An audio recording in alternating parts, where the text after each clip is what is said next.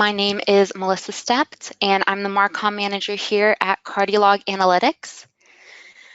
Today's webinar is part one of our two-part webinar series on Microsoft Teams. And for part one today, we'll be focusing on boosting adoption in Teams with advanced analytics. This webinar is being recorded, so if you'd like to share this with a colleague, we'll be sending out an email with the recording after today's session. And of course, if you have any questions, please send them through the questions box within the GoToWebinar panel. I'll leave some time towards the end for a Q&A. And you can always connect with us on Twitter with the Twitter handle @CardioLog. In regards to the agenda for today's webinar, we're going to start out with a very short introduction. I'll talk a little bit about CardioLog Analytics and who we are. And then I'll go into a quick demo of analytics for Teams. And during the demo, I'll go into more detail of which specific metrics you should be looking at and what steps to take after collecting all of that data in order to boost your organization's overall adoption of Teams. After that, we'll go over the Microsoft Teams adoption checklist. And this is a checklist that was published by Microsoft. And we'll go through all of the stages for adoption and the key steps to take at each phase. At the end, we'll have a short Q&A, so please feel free to send any questions you have at any point during the webinar, and we'll go through those at the end. So I'll start off with a short introduction. CardioLog Analytics has been around for about 14 years now, since 2005, and we're based out of Boston. Over the past 14 years, we've been focused on web analytics designed for SharePoint and Office 365. Our flagship solution is CardioLog Analytics, and it's built specifically for internal platforms, including all versions of SharePoint, from SharePoint 2019, as well as SharePoint Online, including also social platforms such as Yammer and Teams.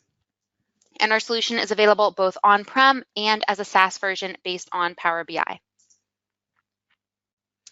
And now I'll go into a little bit about our vision as a company. Our goal is ultimately to help our customers constantly improve SharePoint based on how it's being used. So there are three main pillars that we talk to customers about.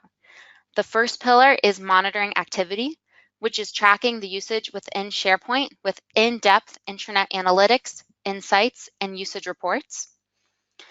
And our customers realize that understanding usage analytics is often simply not enough. They wanted a way to take action based on the insights gained from monitoring their portal usage, which led us to the second pillar, engaging users. So really asking the users what their needs are, what their pain points are, and what's not working for them. And then finally, the most important pillar is enhance. We want to make sure we're constantly improving SharePoint based on those first two pillars. And the idea is to have actionable metrics, which will allow us to constantly make SharePoint better for our users. And the bottom line here is we're really trying to help end users and administrators to get more out of their tools, such as SharePoint, Yammer, and Teams. And now I'll go into a brief overview of our analytics and employee engagement solutions. Our flagship product is CardioLog Analytics, and that's what we'll be focusing on today, specifically on analytics for Microsoft Teams. Our product Gamify is a revolutionary SharePoint-based gamification service, which encourages users to take action in the portal and to help them ultimately increase SharePoint adoption. And lastly, we have CardioLog Engage, which is a great interactive solution for sending internal communication campaigns across the SharePoint portal, as well as within Microsoft Teams to help you engage with your end users. And in part two of our webinar series, that is 2 weeks from now, we'll go more in depth on the benefits of internal communication for improving adoption and engagement in Teams. And I'll go ahead and start off with a demo of CardioLog Analytics, specifically focusing on Teams. And we'll go over which metrics you should be looking at to boost adoption during any stage of your usage of Teams. Okay, so starting off here, this dashboard really gives you a high-level overview of our analytics on Teams engagement. And if we move from the left to the right, you can see right away that this dashboard is dynamic. So you can choose if you want to see the stats for just the Washington office or just the marketing department.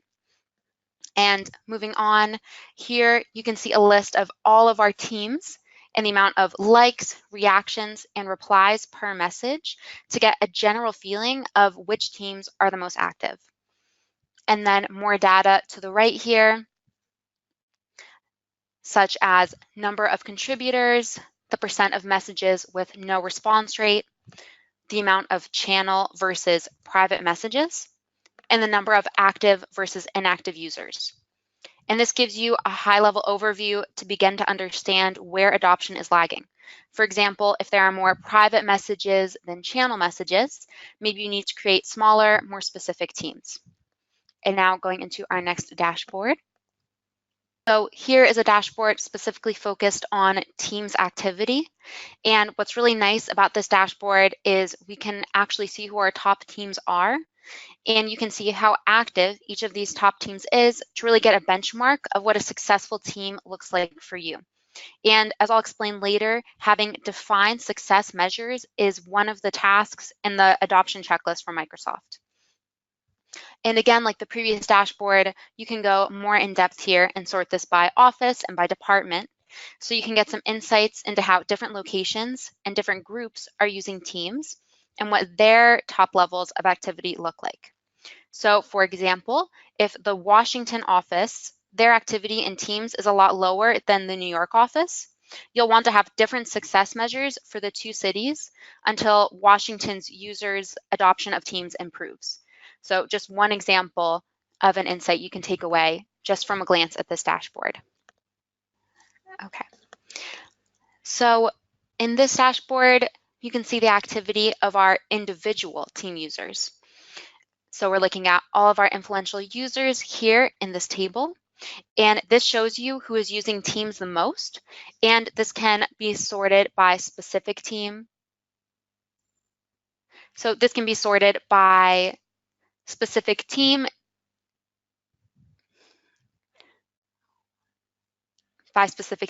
and channel, if you want to go even more in depth.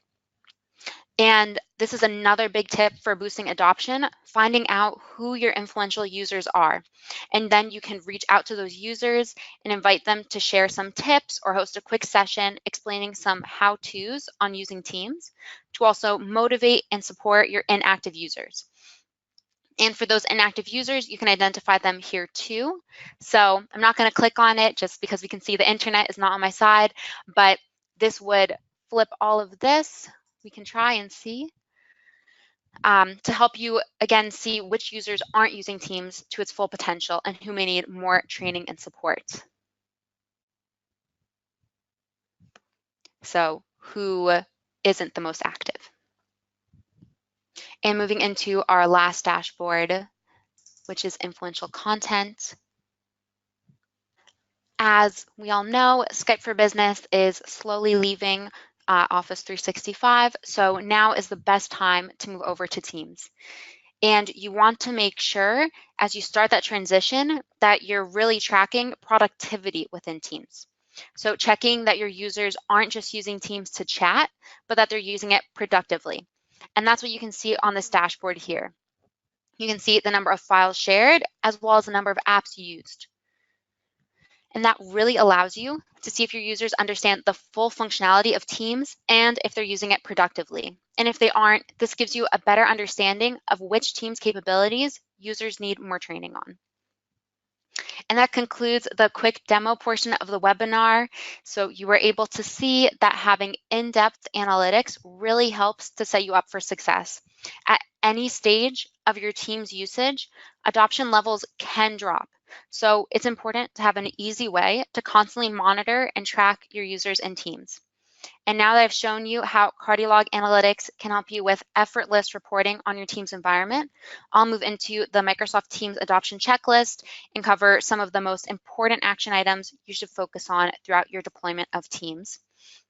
And as I'm moving back to the presentation now, feel free to take this time to submit any questions you have up till now through the GoToWebinar panel.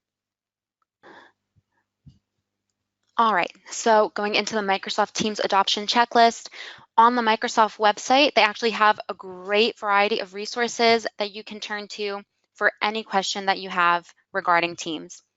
And for Teams adoptions, they have a really nice guide that they call the Microsoft Teams Adoption Quick Start Checklist. And depending on the size of your organization, they have it split into a guide that is for smaller businesses, as well as a more in-depth adoption guide for larger organizations. And today we'll focus on the more in-depth guide.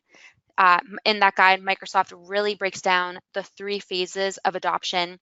So today we'll touch on some of the details in each of these 3 phases, but we'll start out with an overview of each phase.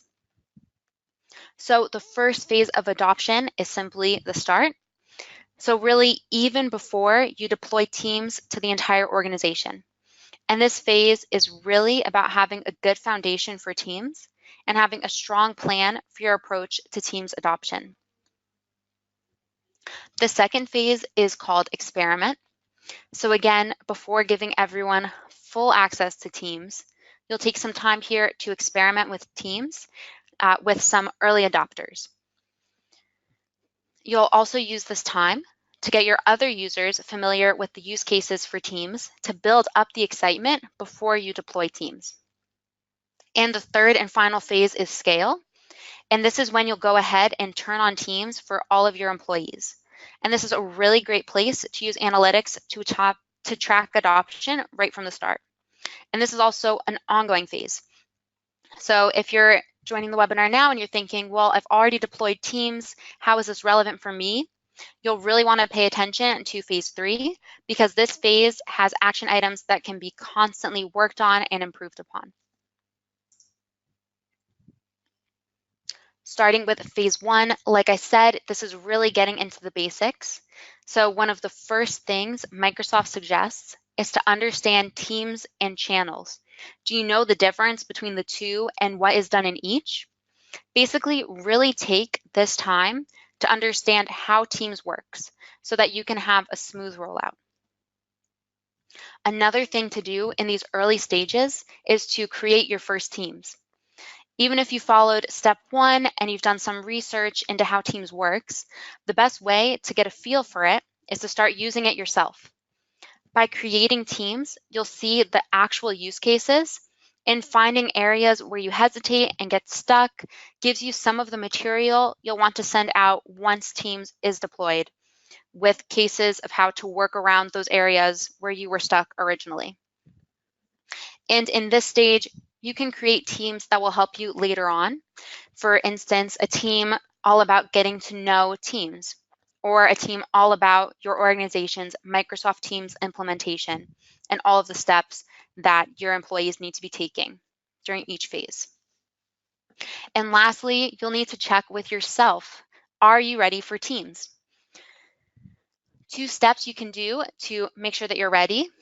One is to meet with your stakeholders and make sure they're on board with learning and using that new technology in Teams, and find out if they'll be willing to be spokespeople in your organization to inspire other users during the transition. You'll also want to choose early adopters, and these are the users who will have first access to Teams and will participate in the experimentation phase. And some of the key traits when you're looking for these early adopters include people who are interested in technology, who are naturally collaborative, and who are willing to share what they learn with others. Moving into phase 2, experiment.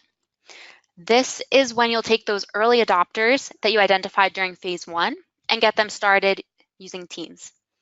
And this is a great opportunity to capture feedback. So a tip would be to create weekly surveys on their experience in Teams. And then based on that feedback, you can improve the Teams experience for your future users to really reduce the amount of confusion once everyone is onboarded to Teams. Another key step here is to already create your Champions program.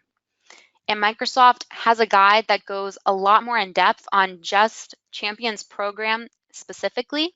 So that really shows us how important it is to create a champions program.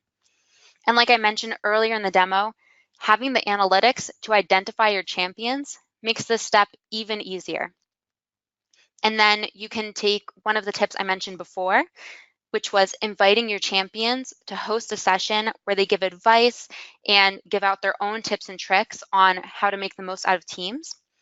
And I would suggest looking more into Microsoft Champions Program Guide and the Microsoft Office 365 Champion Program. There's a lot of valuable information there that can really help you to make the most during phase 2. Defining usage scenarios is another must.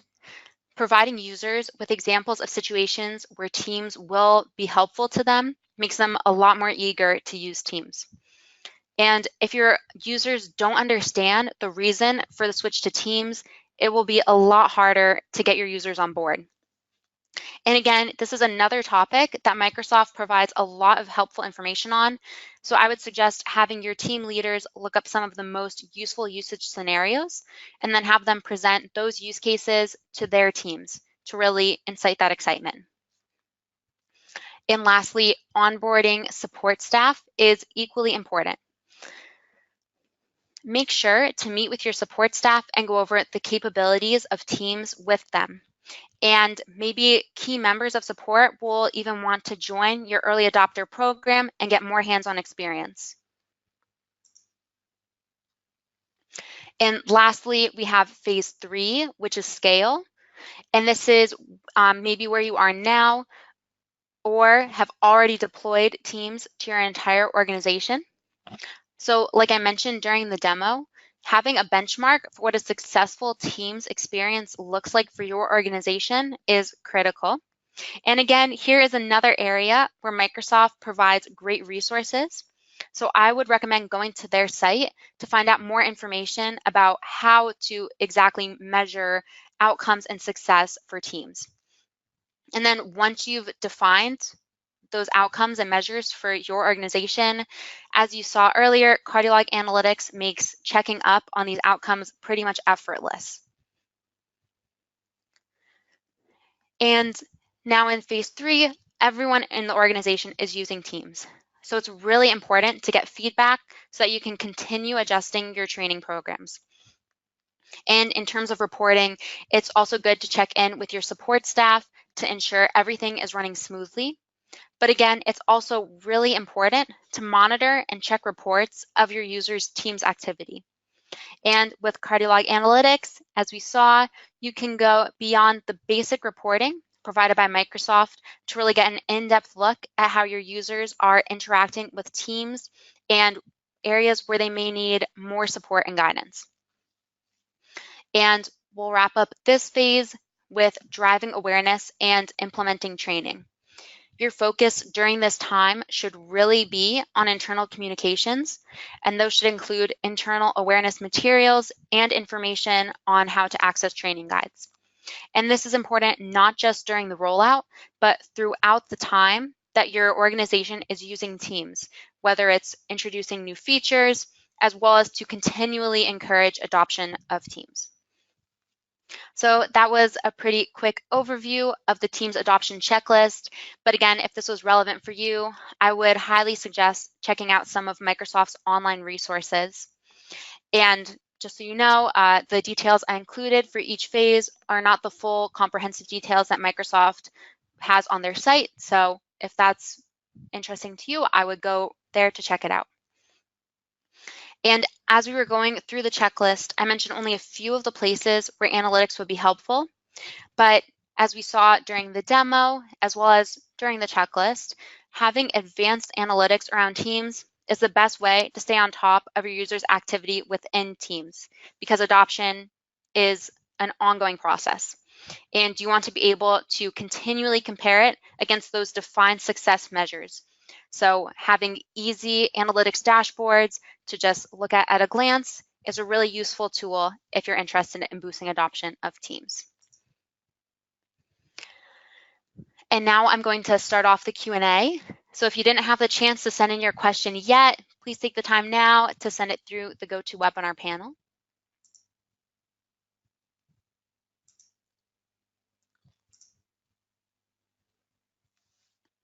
And I see we have a question here from Brad. So he said, is the analytics available for on-prem? And that's a really good question. So what I showed you was actually the SaaS version of CardioLog Analytics, but we also offer an on-premises version if you would prefer to host it on your own servers. And I see Michelle asked, she had a meeting that came up, can this be replayed? So yes, we're going to send out a recording to everyone that registered. So don't worry about it. You'll be able to watch it again. And I also see a question from Jane, and she's asking if CardioLog Analytics can also track SharePoint. So today I only showed you the Teams tracking of CardioLog Analytics, but we can also track all versions of SharePoint up to SharePoint 2019 and SharePoint Online. And at the same time, you can also track social tools like Teams and Yammer. So tracking Teams while you're also tracking SharePoint 2016, for example. And I see Cedric asked, is there a trial version available to really see all the dashboards and available KPIs? So yes, we do have a trial. We have a free trial as well as a proof of concept if you would like a longer evaluation or to try more environments and features versus the free limited trial. And we have right up on our website a click down for the trial, but we'll also be sending an email out after this webinar. So you can feel free, anyone who's interested can reply and we can easily set you up with a trial.